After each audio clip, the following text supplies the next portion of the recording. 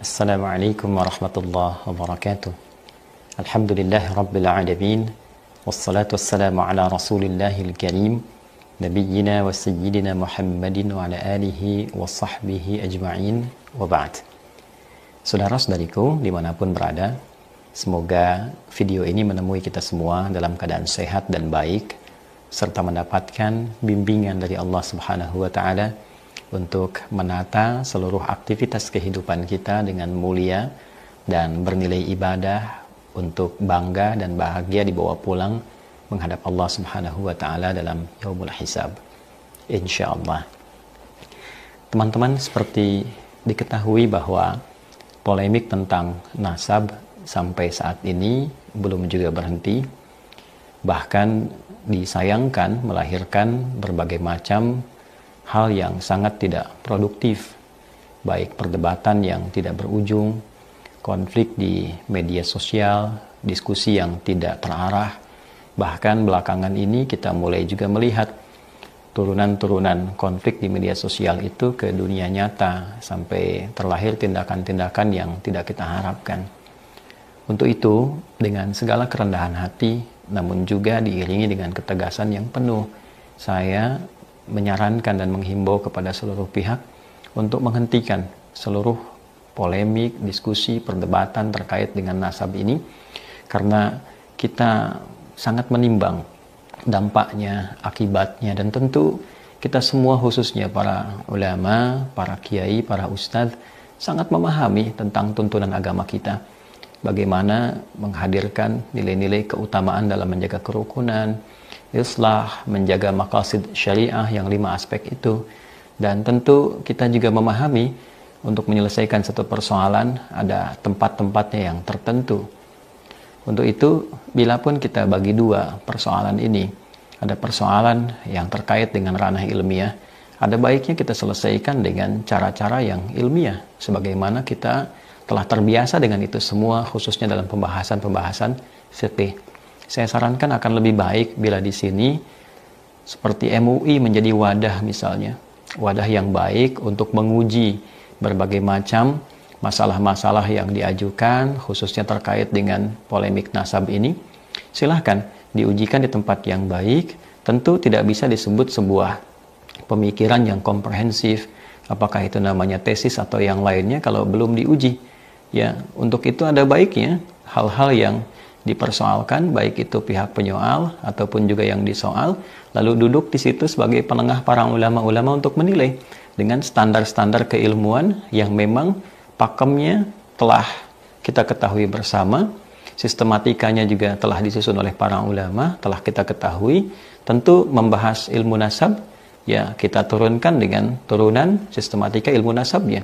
Bila yang disoal nasab, tentu yang dibahas dengan pendekatan ilmu nasab. Bila disoal masalah yang lain, tentu pendekatannya dengan kodifikasi ilmu-ilmu yang telah ada dan dihadirkan oleh para ulama. Nah, saya kira dengan metodologi seperti itu secara ilmiah itu sangat mudah didudukkan, sangat bisa didiskusikan, sehingga tidak menjadi liar. Setiap orang bisa bikin acara, yang satu buat podcast, yang satu membuat tayangan tertentu, sehingga benturannya terasa sampai di akar masyarakat, saling berbalas komentar yang tidak menemukan titik temu, dan ini terasa sangat mengganggu. Bila memang yang disoal ini masalah perilaku, masalah etika, tentu kita harus pisahkan. Nasab hal tersendiri, penyimpangan dari perilaku adalah hal tersendiri. Tentu bila ada yang menyoal, ini menjadi catatan secara internal.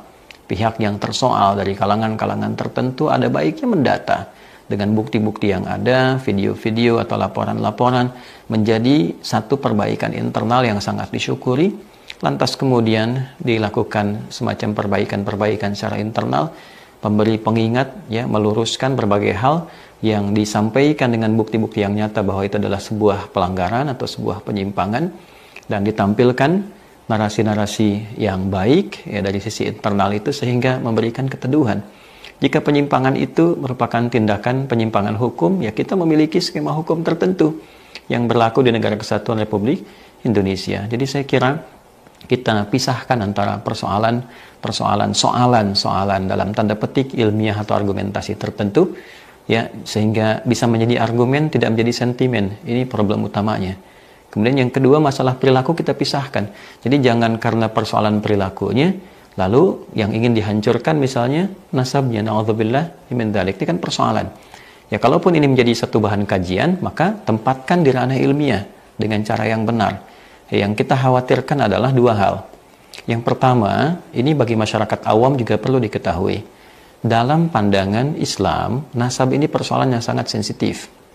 Mau kita melakukan pendekatan dengan hadis riwayat Al-Bukhari dan Muslim yang tersambung pada sahabat Abu Dzar Al-Ghifari, saking sensitifnya Nabi memberikan pengingat. Jika nasab yang benar itu kemudian sengaja diputus, maka resikonya adalah kufur.